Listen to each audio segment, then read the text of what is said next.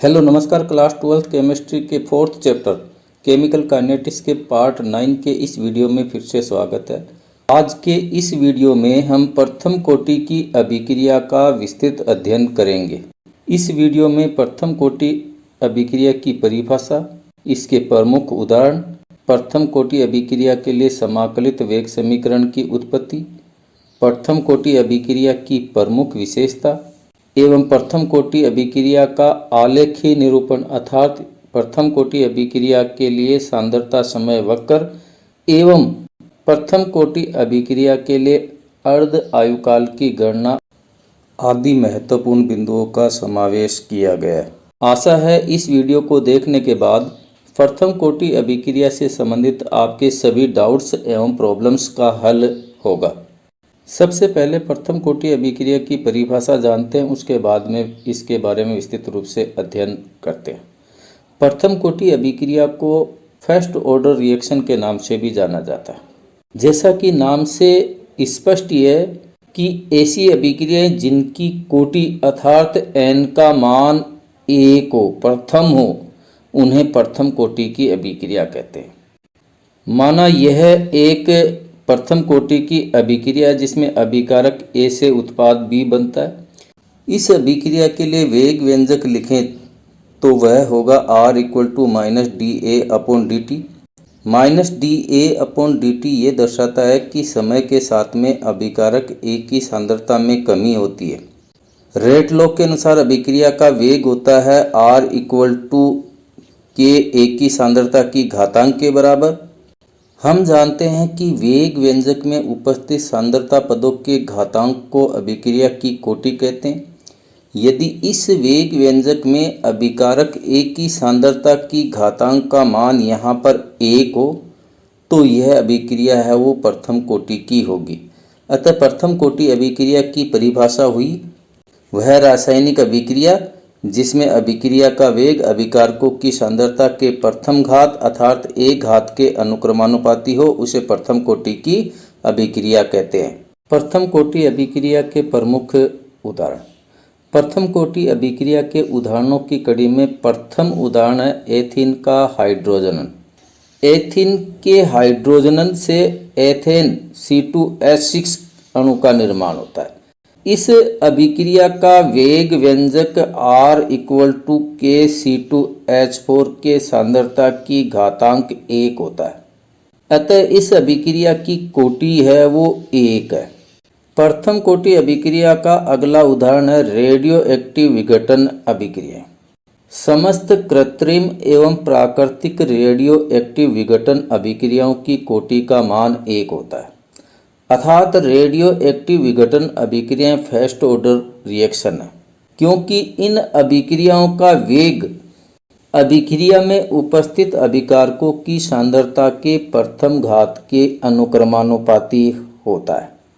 जैसे इस अभिक्रिया को देखें, इस अभिक्रिया में रेडियम जिसका परमाणु क्रमांक 88 है वह द्रव्यमान संख्या 226 है। उसके विघटन से हीलियम एवं रेडोन का निर्माण होता है। इस अभिक्रिया का वेग व्यंजक देखें तो वो वेग व्यंजक R = K Ra की सांद्रता की घातांक 1 है। यह रेडियो एक्टिव विघटन अभिक्रिया है, इसकी कोटि है वो 1 है और ये प्रथम कोटि की अभिक्रिया है। प्रथम कोटि अभिक्रिया का तीसरा उदाहरण लेवें तो वह है N2O5 के ताप अपघटन की अभिक्रिया। N2O5 के दो अणुओं का जब ताप अपघटन किया जाता है तो 4NO2 व 2O2 का निर्माण होता है। इस अभिक्रिया में अभिक्रिया का वेग N2O5 के दो अणुओं की सांद्रता पर निर्भर न करके एक अणु की सांद्रता के घातांक पर निर्भर करता है। जैसे इस वेग व्यंजक को देखें तो इस वेग व्यंजक R = K N2O5 की सांद्रता की घातांक 1 है। आशा है आप प्रथम कोटि अभिक्रिया की परिभाषा एवं इसके प्रमुख उदाहरणों को आसानी से समझ गए होंगे। बोर्ड परीक्षा में प्रथम कोटि अभिक्रिया की परिभाषा एवं इसके उदाहरण अक्सर पूछे गए हैं, अतः इनको अवश्य याद करें। प्रथम कोटि अभिक्रिया के लिए समाकलित वेग समीकरण की उत्पत्ति करते हैं। प्रथम कोटि अभिक्रिया का समाकलित वेग समीकरण बोर्ड परीक्षा की दृष्टि से अति महत्वपूर्ण टॉपिक है। एग्जाम में इस समीकरण पर आधारित न्यूमेरिकल है वो अक्सर पूछे जाते हैं। माना यह एक प्रथम कोटि की अभिक्रिया है जिसमें अभिकारक R से उत्पाद P बनता है। इस अभिक्रिया के लिए समाकलित वेग समीकरण की उत्पत्ति करते हैं। इस अभिक्रिया के लिए वेग व्यंजक लिखें तो वो होगा वेग इक्वल टू माइनस dr/dt, जो किसके बराबर हो सकता है, के R की सांद्रता की घातांक 1 है। इस समीकरण में R की सांद्रता की घातांक 1 व dt का आपस में स्थान चेंज करके वह ये माइनस के चिन्ह को बाईं ओर से दाईं ओर ले जाकर वो इस प्रकार से वो लिख देते हैं।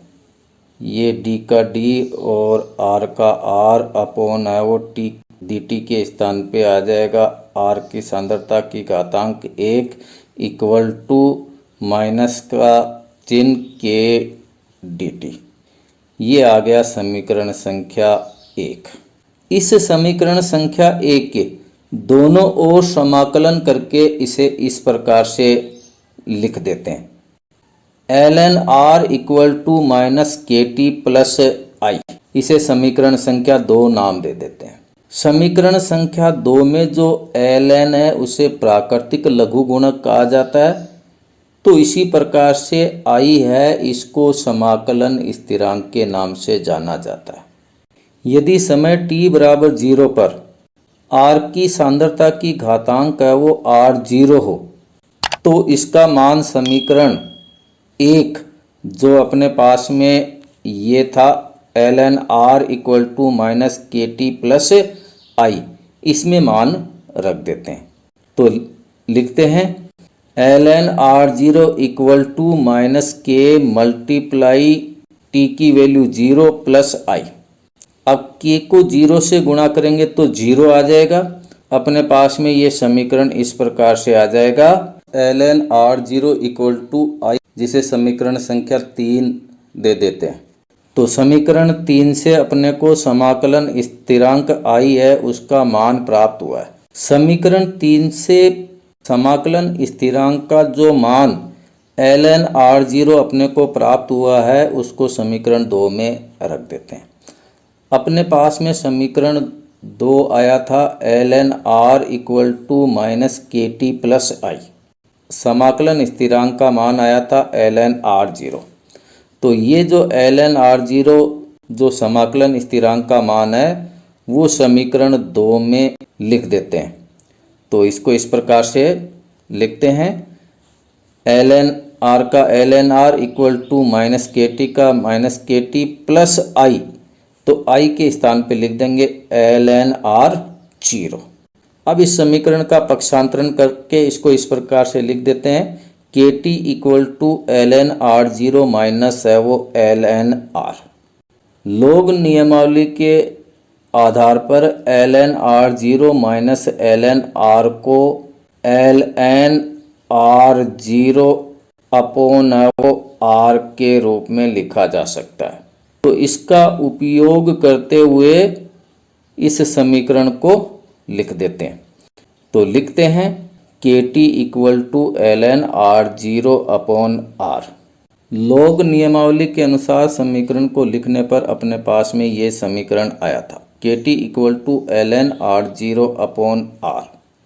यहाँ से k का मान निकालना चाहें तो इसको इस प्रकार से लिख देंगे k equal to 1 upon T ln r0 upon r, इसे समीकरण संख्या 4 नाम देते थे।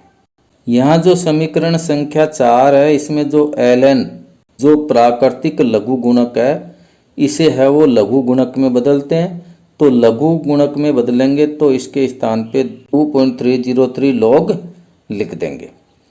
तो लिखने पर समीकरण 4 है वो अपने पास में इस प्रकार से आ जाएगा k equal to 2.303 upon T log r0 upon r, समीकरण संख्या 5। यही प्रथम कोटि अभिक्रिया के लिए समाकलित वेग समीकरण है, जिसका उपयोग करके प्रथम कोटि अभिक्रिया के आंकिक प्रश्नों को हम आसानी से हल कर सकते हैं। समाकलित वेग समीकरण के अंदर यहाँ पे ये जो k है इसे वेग स्थिरांक के नाम से जाना जाता है। r0 है वो अभिकारकों की प्रारंभिक सांद्रता है और r है वो अभिकारकों की अंतिम सांद्रता है, और आप जानते हैं कि t है वो समय। यदि किसी रासायनिक अभिक्रिया में अभिकारकों की आरंभिक सांद्रता r0 इक्वल टू a हो एवं अंतिम सांद्रता r equal to a minus x हो, तो प्रथम कोटि अभिक्रिया के समाकलित इस समीकरण को संशोधित करके लिखा जा सकता है। संशोधित करेंगे तो ये इस प्रकार से लिखा जाएगा k equal to 2.303 upon T log a upon a minus x। इस समीकरण से t का मान निकाले तो वह इस प्रकार से होगा t equal to 2.303 upon k log a upon a minus x। यदि किसी रासायनिक अभिक्रिया में T1 व T2 समय पर अभिकारक की प्रारंभिक मात्रा A से वियोजित होने वाली मात्रा X1 व X2 दी गई हो, तो समाकलित संशोधित वेग समीकरण K equal to 2.303 upon T log A upon A minus x को संशोधित करके समय अंतराल T पर अभिकारकों की सांद्रता को ज्ञात किया जा सकता है, और इसके लिए ये फॉर्मूला है वो अपने पास में ये आएगा T2 minus T1 equal to 2.303 upon K log A minus x1 upon A minus x2। यदि किसी रासायनिक अभिक्रिया में भाग लेने वाले अभिकारक अणु एवं उनसे बनने वाले उत्पाद गैसीय हों, तो उनके लिए समाकलित वेग समीकरण है वो क्या होगा, उसको देखते हैं।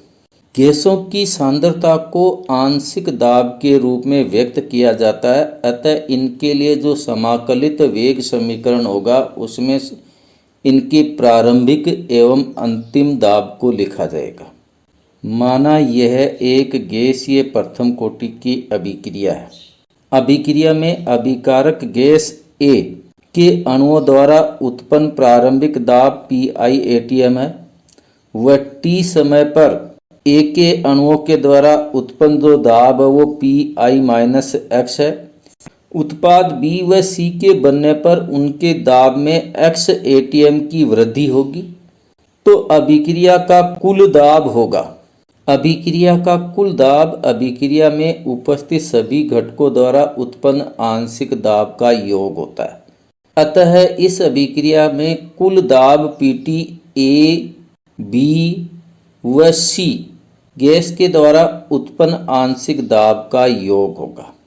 तो हम लिख सकते हैं कि PT equal to A gas के द्वारा लगाया गया आंशिक दाब प्लस B गैस के द्वारा लगाया गया आंशिक दाब प्लस C गैस के द्वारा लगाया गया आंशिक दाब। तो अपने पास में आ जाएगा PT equal to PI minus x plus x plus x। तो इसको हल करेंगे तो ये x से ये x कट जाएगा और PT बराबर अपने पास में आ जाएगा PI प्लस x, और यहाँ से x है उसकी वैल्यू निकाल लेते हैं। x इक्वल टू आ जाएगा PT माइनस है वो PI, इसे समीकरण संख्या 1 नाम दे देते हैं। T समय पर A गैस से उत्पादों के बनने से A गैस द्वारा उत्पन्न आंशिक दाब इस समीकरण के अनुसार होगा PA equal to PI minus x, इसे समीकरण संख्या 2 दे देते हैं। हमें समीकरण 1 प्राप्त हुआ था x equal to PT minus PI। इसी प्रकार से दूसरा समीकरण प्राप्त हुआ था PA equal to PI minus x। समीकरण जो 1 है उसमें जो x का मान है उसको समीकरण 2 में रखते हैं।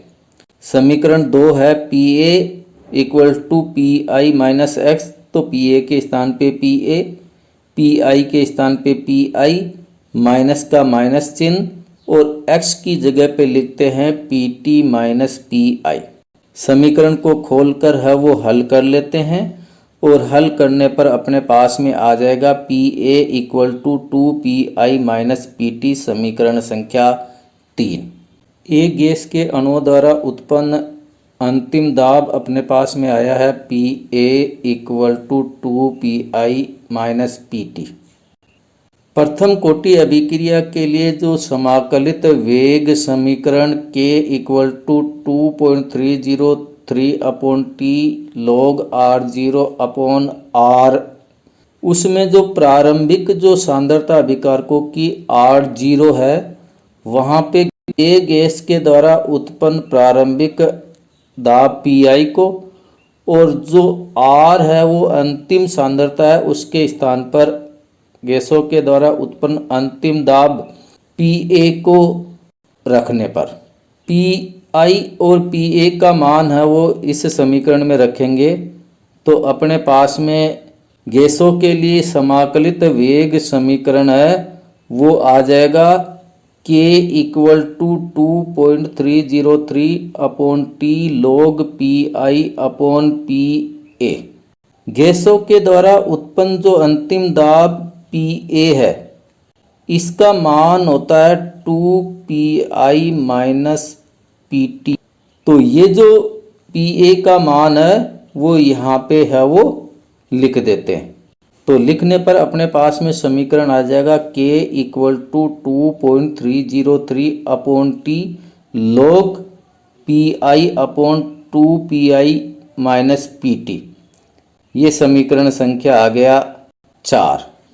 यही है वो गैसीय प्रथम कोटि अभिक्रियाओं के लिए समाकलित वेग समीकरण है। इसकी उत्पत्ति क्यों की? क्योंकि गैसों की जो सांद्रता है उसको है वो आंशिक दाब के रूप में व्यक्त किया जाता है।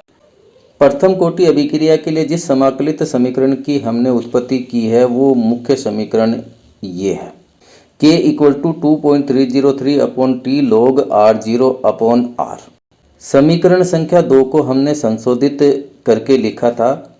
यदि अभिकारकों की प्रारंभिक सांद्रता R0 की जगह A हो और अंतिम सांद्रता R के जगह पे A माइनस X हो तो इसको संशोधित करके अपन समीकरण संख्या 2 के रूप में लिख सकते हैं। समीकरण संख्या 3 है वो हमने इसी समीकरण संख्या 1 को संशोधित करके निकाला था कि अगर भिन्न भिन्न समय पर अभिकारकों की वियोजित होने वाली मात्रा भिन्न भिन्न है तो उसके लिए अपन समीकरण 3 है उसका उपयोग करेंगे। चौथा जो समीकरण है वो गैसों के लिए समाकलित वेग समीकरण है। तो ये चारों महत्वपूर्ण समीकरण हुए अपने। प्रथम कोटि अभिक्रियाओं की प्रमुख विशेषताएं। प्रथम कोटि की अभिक्रियाओं की विशेषताओं की कड़ी में पहली विशेषता है प्रथम कोटि अभिक्रियाओं का वेग अभिकारकों की सांद्रता के प्रथम घात के अनुक्रमानुपाती होता है। दूसरी विशेषता है प्रथम कोटि अभिक्रियाओं के वेग नियतांक की इकाई सेकंड इनवर्स होती है। ये परीक्षा के अंदर है वो पूछा भी गया। प्रथम कोटि अभिक्रियाओं के वेग नियतांक की इकाई क्या होती है? सेकंड इनवर्स होती है। प्रथम कोटि अभिक्रिया की तीसरी विशेषता है प्रथम कोटि अभिक्रियाओं का अर्धायुकाल अभिकारकों की प्रारंभिक सांद्रता पर निर्भर नहीं करता। प्रथम कोटि अभिक्रियाओं का अर्धायुकाल अभिकारकों की प्रारंभिक सांद्रता जिसे है वो R0 से दर्शाया जाता है उस पर निर्भर नहीं करता। चौथी विशेषता है प्रथम कोटि अभिक्रिया में अभिकारकों की सांद्रता को n गुना बढ़ाने पर अभिक्रिया का वेग भी n गुना बढ़ जाता है। इंपॉर्टेंट है ये। प्रथम कोटि अभिक्रिया में अभिकारकों की सांद्रता को n गुना बढ़ाने पर अभिक्रिया का वेग भी n गुना बढ़ जाता है, क्योंकि प्रथम कोटि अभिक्रियाओं का वेग अभिकारकों की सांद्रता के 1 घातांक के अनुक्रमानुपाती होता है। पांचवी विशेषता है प्रथम कोटि अभिक्रियाओं को पूर्ण होने में अनंत समय लगता है। प्रथम कोटि अभिक्रियाओं को पूर्ण होने में कितना समय लगता है? अनंत समय लगता है। अभी बताई गई प्रथम कोटि की सभी विशेषताएं इम्पोर्टेंट है। इन विशेषताओं पर आधारित छोटे प्रश्न है वो एग्जाम में पूछे जा चुके हैं, अतः इनको अवश्य याद करें। प्रथम कोटि अभिक्रियाओं का आलेखी निरूपण। प्रथम कोटि अभिक्रियाओं के लिए दो प्रकार की सांद्रता है, एक तो प्राकृतिक लघु गुणक के रूप में और एक लघु गुणक के रूप में। तो यहाँ दो प्रकार के सांद्रता समय वक्र है वो बनाए जा सकते हैं। पहला जो वक्र है वो LNR व T समय के मध्य खींचा जा सकता है। LNR व T के मध्य ग्राफ खींचने पर हमें इस प्रकार का ग्राफ है वो प्राप्त होता है। इस ग्राफ के अंदर ये जो ढाल है वो एक सरल रेखा में प्राप्त होता है और ये जो ढाल है इसका मान -k के बराबर होता है और इसका अंतःखंड है वो ln/r0 के बराबर होता है। यहाँ हम जानते हैं कि k है वो वेग स्थिरांक है, तो ln/r व समय t के मध्य ग्राफ खींचने पर है वो हमें सीधी रेखा सरल रेखा में है वो ग्राफ प्राप्त होता है और इस ग्राफ का ढाल है वो -k के बराबर होता है और अंतःखंड ln/r0 के बराबर होता है। प्रथम कोटि अभिक्रिया के लिए दूसरा जो ग्राफ है वो log r0 अपॉन r का मान व समय t के मध्य खींचा जा सकता है। log r0 अपॉन r के मान व समय t के मध्य ग्राफ खींचने पर हमें है वो इस प्रकार का है वो ग्राफ प्राप्त होता है। इस ग्राफ का जो ढाल है वो k अपॉन 2.303 के बराबर होता है। कब बराबर होता है? जब log r0 अपॉन r व समय t के मध्य ग्राफ खींचते हैं तो ये ग्राफ है वो अपने को इस प्रकार से प्राप्त होता है और इस ग्राफ का अगर ढलान है वो अपन ज्ञात करना चाहें तो ढलान है वो अपने को k अपॉन 2.303 प्राप्त होता है। तो ये दो प्रथम कोटि अभिक्रिया के सांद्रता समय वक्र हैं जिनको हमने अच्छी तरह से समझ लिया। प्रथम कोटि अभिक्रिया के अर्धायुकाल के सूत्र की उत्पत्ति। सबसे पहले अर्धायुकाल की परिभाषा जानते हैं, उसके बाद में इसके लिए सूत्र की उत्पत्ति करते हैं। अर्धायुकाल की परिभाषा इस प्रकार से है, किसी रासायनिक अभिक्रिया में अभिकारकों की प्रारंभिक सांद्रता के आधी होने में जितना समय लगता है उसे उस अभिक्रिया का अर्धायुकाल कहते हैं। इसको ऐसे समझते हैं, माना यह एक रासायनिक अभिक्रिया जिसमें अभिकारक A से उत्पाद B बन रहा है। अभिक्रिया के अंदर प्रारंभ में अभिकारक है उसके 10 मोल है, तो अभिकारकों के 10 मोलों से 5 मोल होने में अर्थात आधे होने में जितना समय लगेगा वह इस अभिक्रिया का अर्ध आयुकाल कहलाएगा। अर्ध आयुकाल को T½ से या T50 से भी दर्शाया जाता है। माना अभिकारकों की प्रारंभिक सांद्रता R0 = A हो, T½ समय पर अभिकारकों की सांद्रता R = 1/2 हो। क्योंकि T½ समय पर अभिकारक A की सांद्रता आधी हो जाती है, इसलिए यहाँ पे अपने अंतिम सांद्रता A/2 लिखा है। समाकलित वेग समीकरण K = 2.303/T log R0/R में प्रारंभिक और अंतिम ये जो सांद्रता है इसका मान रख देते हैं। समाकलित वेग समीकरण के अंदर A व A/2 का मान रखने पर अपने पास में समीकरण आता है K = 2.303/T½ log A/A का हाफ। इसको सरल कर लेते हैं और सरल करके इसको इस प्रकार से लिख देते हैं K = 2.303/T½ × log 2। log 2 यहाँ log A/A के हाफ को हल करने पर आया। हम जानते हैं कि log 2 का मान होता है 0.3010, तो log 2 का मान है वो इस समीकरण K = 2.303/T½ × log 2 में रख देते हैं।